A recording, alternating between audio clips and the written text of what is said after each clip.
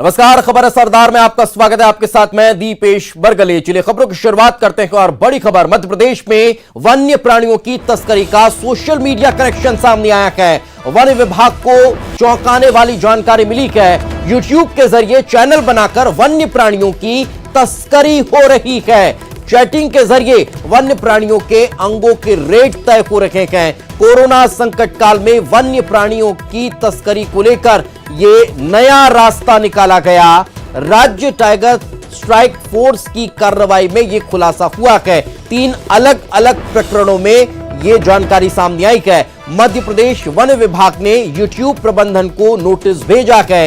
YouTube से content हटाने को लेकर नोटिस भेजा गया है। यूट्यूब प्रबंधन ने कंटेंट हटाने से इनकार किया है। वन विभाग यूट्यूब को लीगल नोटिस जारी करने पर भी विचार कर रहा है। टाइगर, हाथी के दांत और पेंगोलिन के अंगों की तस्करी से यह पूरा मामला जुड़ा हुआ है। प्रदेश में सोशल मीडिया के जरिए वाइल्ड लाइफ ट्रॉफी के तस्करी का खुलासा हुआ है और इस बारे में चर्चा करने के लिए प्रदेश के APCCA wildlife Jayesh Chauhan साहब हमारे साथ मौजूद हैं। सर, अब वन्य प्राणियों की तस्करी सोशल मीडिया के जरिए हो रही है, क्या जानकारी मिली है? हाँ, ऐसे 3 प्रकरण अभी तक प्रकाश में आए हैं और इनमें जो सोशल मीडिया का उपयोग यानी यूट्यूब का उपयोग करके और उसकी तस्करी करने के प्रयास किए गए हैं और तीनों प्रकरणों में गिरफ्तारियां हुई हैं और हम प्रयास कर रहे हैं कि उसको और इन्वेस्टिगेट करें और अगर और कुछ उसमें निकलेगा तो उसमें अकॉर्डिंगली इन्वेस्टिगेशन चलेगा। सर, ये कोरोना संकट काल में अब ये नए तरीके इजाद किए गए? ये दरअसल जैसे ये नए तरीके ढूंढते ही रहते हैं। पहले भी जैसे दूसरे प्रकरणों को भी आप देखें तो पहले मोडस ऑपरेंडी अपने चेंज करते रहते हैं, तो उसी के माध्यम से अब टेक्नोलॉजी का उनको मतलब ऐसा बेहतर उपयोग उनके हिसाब से लगा उनको, तो वो अब इस पे सोशल मीडिया को भी ट्राई कर रहे हैं। यूट्यूब पर चैनल बनाकर इस तरीके से वन्य प्राणियों के अंगों को बेचने की जानकारी आई है। क्या अलग से कोई चैनल बनाया गया यूट्यूब पर या किस तरीके से चैटिंग के जरिए ये सब हो रहा है? नहीं, ये हर तरीके से वो लोग करने की कोशिश करते हैं। चैनल भी बनाते हैं अपना, जैसे आप एक वीडियो वो करके और फिर चैनल के माध्यम से पहले उनको ये जो वाइल्ड लाइफ ट्रेड जिसके उसमें होता है, जिन अवयवों के बारे में होता है, तो वो उनके बारे में पहले बताते हैं। वो लोग उसके फायदे गिनाते हैं कि ये मतलब जैसे से फॉर एग्जांपल जैसे पेंगोलिन है, पेंगोलिन के स्केल्स बिकते हैं, तो स्केल के बारे में वो बताएंगे कि इससे उनको क्या लाभ होने वाला है। उसके बाद फिर वो बताएंगे कोई इंटरेस्टेड हो तो हमको मतलब हमसे संपर्क करें, और जब वो कॉन्फिडेंस काफी वैसा हो जाता है जब, तो उसके बाद अपने कॉन्टेक्ट शेयर करते हैं। तो सर, यूट्यूब इसको क्या प्रचारित करने का काम कर रहा है या इसमें कोई मदद कर पा रहा है कि इस तरीके की गतिविधियां ना हो? देखिए, ये कहना कठिन है, ये कहना आज की डेट में मुश्किल है, बट ये बात है कि उस यूट्यूब प्लेटफॉर्म को उपयोग कर रहे हैं वो लोग, तो इसमें मतलब ये उनका इन्वॉल्वमेंट है नहीं है ये हम नहीं कह सकते। इस बारे में कोई यूट्यूब के प्रबंधन या उनके किसी लोगों से हमारी बातचीत हुई हो? हाँ, उनको नोटिस भेजा गया था उनको कि भाई आप इसको, ये कंटेंट को पहले तो इस कंटेंट को हटा दीजिए आप, क्योंकि ये इलीगल वो है, ट्रेड को सपोर्ट कर रहा है ये। दूसरा, उनसे ये भी कहा गया था कि आप जो जिनका भी ये अकाउंट है वो डिटेल्स हमको दीजिए उन लोगों की, और जो लोग इनमें लिप्त हैं उन लोगों की आप डिटेल्स हमको दीजिए। बट उनका कम्युनिकेशन हमको मिला है कि उनके जो नियम हैं, उनके जो वो पॉलिसीज हैं, उनके मुताबिक वो इस कंटेंट को हटा नहीं सकते हैं। तो सर, यदि जी तो इस तरीके की यदि बातों को कोई बढ़ावा देता है कोई सोशल मीडिया का प्लेटफॉर्म, तो क्या इस मामले में कोई आपराधिक मामला भी बन सकता है? नहीं, बिल्कुल। इसमें दरअसल हम पूरी तरह से एक लीगल सपोर्ट लेंगे अब, और इसमें अभी जैसे जब हमने नोटिस दिया था तब एक ही प्रकरण सामने आया था, अब 2-3 प्रकरण और सामने आ गए। हम फिर से दोबारा से उनको नोटिस दे सकते हैं या फिर लीगल सलाह लेकर के और फिर आगे का जो कार्रवाई हम लोग। आरोपी भी बनाए जाने की संभावना है? को एक्यूज, बिल्कुल, वो भी एक ऑप्शन है, बट एक कानूनी सलाह लेकर के क्या बेहतर विकल्प हमारे लिए होगा, तो उसके हिसाब से हम आगे बढ़ेंगे। तो प्रदेश के वन्य प्राणियों की तस्करी को लेकर अब यूट्यूब चैनल का सहारा लिया जा रहा है और अब इस पूरे मामले को लेकर वन विभाग विधि विशेषज्ञों से सलाह ले रहा है और उसके बाद आगे की कार्रवाई करेगा। कैमरामैन मोहसिन के साथ अनुराग श्रीवास्तव, न्यूज़ 18 भोपाल। तो चलिए और ज्यादा जानकारी के साथ हमारे सहयोगी अनुराग श्रीवास्तव हमारे साथ जुड़ चुके हैं। अनुराग, सबसे बड़ा सवाल तो यही कि कैसे खुलासा हुआ, कैसे विभागीय अधिकारियों को जानकारी मिली कि इस तरह से यूट्यूब के जरिए तस्करी हो रही है? देखिए, प्रदेश में टाइगर फोर्स काम करती है। उसी ने एक अपराधी को उज्जैन रोड पर पकड़ा था और उसके बाद पूछताछ में पता चला कि ये सोशल मीडिया के जरिए जो वन्य प्राणियों के अंग हैं उनको बेचने का काम करते हैं और इसके लिए सोशल मीडिया का जो सबसे बड़ा प्लेटफॉर्म है यूट्यूब को जरिया बनाया गया। यूट्यूब पर चैनल के जरिए इस बात की जानकारी लोगों तक पहुंचाई जा रही थी कि किस तरीके से वन्य प्राणियों के अंगों का इस्तेमाल हो सकता है, चाहे वो दवाई के रूप में या फिर किसी अन्य सामान के तौर पर उनका इस्तेमाल हो सकता है। इसकी जानकारी उन तक पहुंचाई जाती थी और उसके बाद सोशल मीडिया के जरिए रेट तय होने के बाद वन्य प्राणियों के जो अंग होते हैं उनकी तस्करी की जाती थी। साथ ही वन्य प्राणियों के जो सबसे अहम और बेशकीमती माने जाते हैं, जैसे हाथी के दांतों से जो वस्त्र या आभूषण बनाए जाते हैं उनको प्रचारित किया जाता था और उसके बाद रेट तय हो जाने के बाद उनकी तस्करी की जाती थी। ये पहला मामला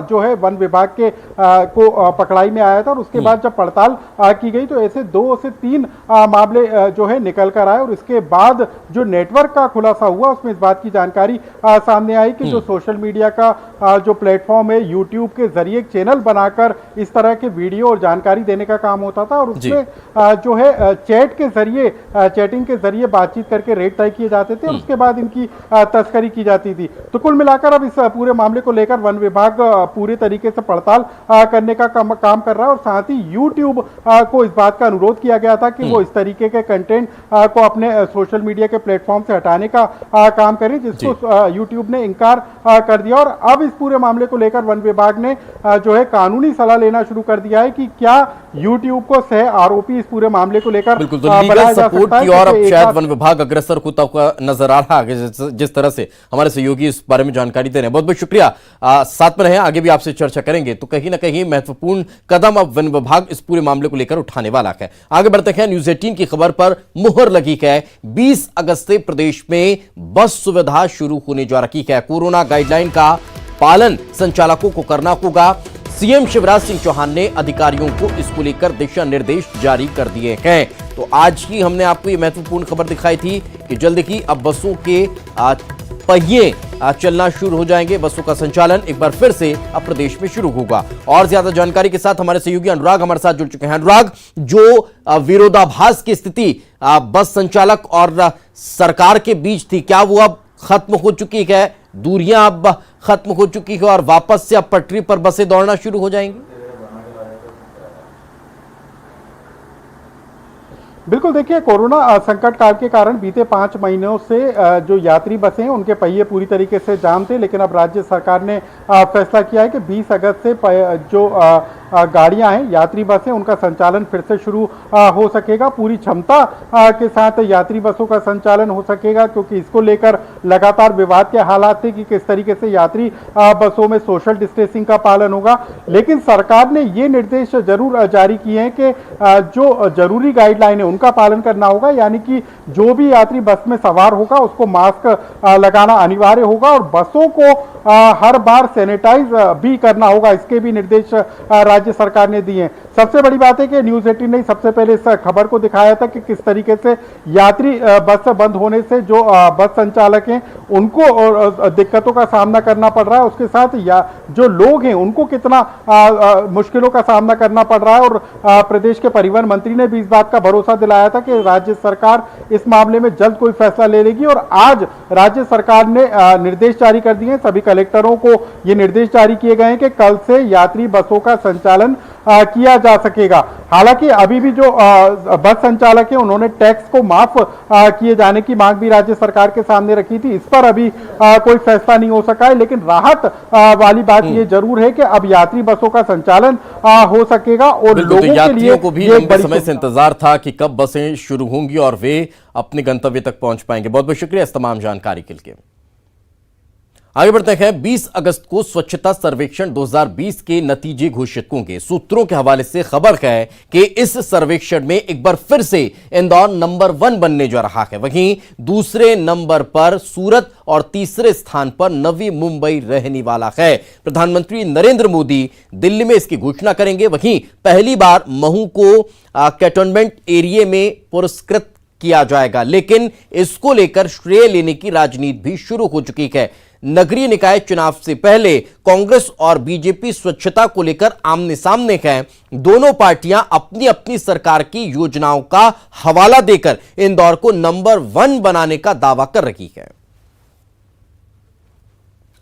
कांग्रेस की सरकार थी, कमिश्नर कांग्रेस ने नियुक्त किया था और सारी मैं तो जनता को धन्यवाद देता हूं कि जनता के सहयोग से, नगर निगम के कर्मचारी के सहयोग से और पूरी इंदौर शहर के एक एक व्यक्ति के सहयोग से वापस से पुनः इंदौर चौथे नंबर पे आ रहा है। इसमें राजनीति का लेने का श्रेय कतई नहीं है। संभावना पूरी बन रही है कि सफाई में हम नंबर 1 आने की, और मुझे लगता है ये जो है ये शहर की जनता का सबसे बड़ा इसमें योगदान है, और शहर की जनता के साथ साथ हमारे सफाई कर्मी जो मित्र हैं उन मित्रों का भी इसमें बहुत बड़ा योगदान है। सभी जनप्रतिनिधियों का, कर्मचारियों का, अधिकारियों का, सबका मिला जुला ये प्रयास रहा है।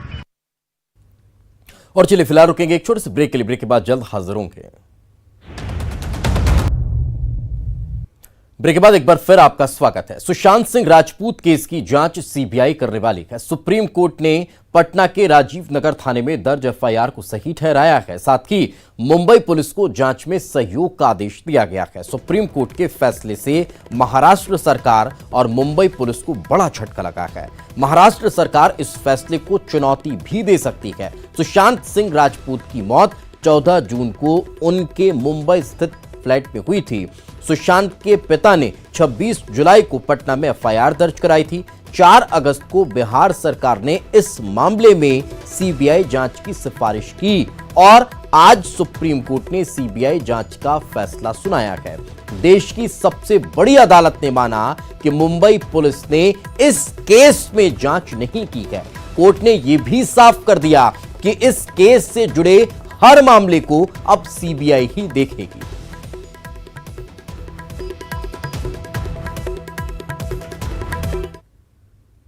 न्यूज 18 के शो आर पार में बिहार के डीजीपी गुप्तेश्वर पांडे ने सुशांत सिंह राजपूत को लेकर बयान दिया। उनका कहना था कि अगर मीडिया न होता तो 14 जून को इस दुनिया से चला गया बिहार का बेटा सुशांत सिंह राजपूत 6 दिन के अंदर न्यूज से गायब हो गया होता। लोग कह रहे हैं कि ये जो मीडिया ट्रायल हुआ ये बंद होना चाहिए। ये जो मीडिया ट्रायल हुआ, जो मीडिया ने इतना कुछ रिपोर्ट करा, वो बंद हो जाना चाहिए। आप मीडिया के रोल के बारे में क्या कहना चाह रहे हैं?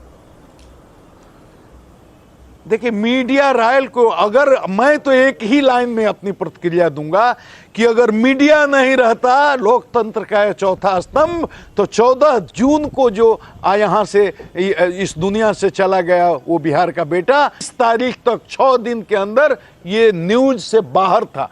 मुंबई में भी 20 तारीख के बाद किसी अखबार में और किसी न्यूज में कोई उसका न्यूज नहीं था। आज मीडिया का ही योगदान है और सिर्फ मीडिया का योगदान है कि इतने लोगों की संवेदना इसके साथ जुड़ी और आज इस मुकाम पर पहुंचा है कि अब ये उम्मीद बनी है कि इसमें न्याय हो जाएगा। मीडिया नहीं रहे ये देश अब Konika Sadanand, this is for you. अगर मीडिया ना रहता, मीडिया रिपोर्ट ना करता तो सत्य सामने नहीं आता। ये बिहार के डीजीपी का कहना है। आगे बढ़ते हैं। खबर रायपुर से। छत्तीसगढ़ में कोरोना ब्लास्ट देखने को मिला है। आज 652 नए कोरोना मरीज मिले हैं। रायपुर में सबसे ज्यादा 291 मरीज सामने आए हैं। कोरोना से आज 3 लोगों की मौत हो गई है। आज 338 मरीज डिस्चार्ज भी हुए हैं। एक्टिव मरीजों की संख्या 6000 है। ये बड़ी खबर इस वक्त निकलकर सामने आ रही है। तो प्रदेश में 17,485 कुल संक्रमितों का आंकड़ा पहुंच चुका है। कोरोना से मौत का आंकड़ा भी 161 पर पहुंच चुका है। अब तक 11,185 लोगों ने कोरोना को मात भी दी है। रायपुर में कोरोना पीड़ितों की संख्या 6,000 के आंकड़े को पार कर चुकी है।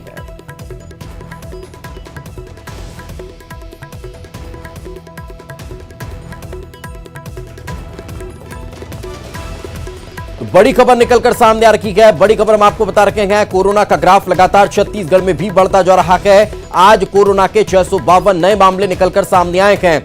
रायपुर में सबसे ज्यादा 291 मरीजों की पुष्टि हुई है। और ज्यादा जानकारी के साथ हमारे सहयोगी अवधेश हमारे साथ जुड़ चुके हैं। अवधेश, क्या ताजा जानकारी? लगातार जिस स्पीड से आंकड़े बढ़ रहे हैं, उस स्पीड से क्या व्यवस्थाएं दुरुस्त हो पा रही हैं? क्या इनको रोकने के उपायों पर कोई विचार हो पा रहा है?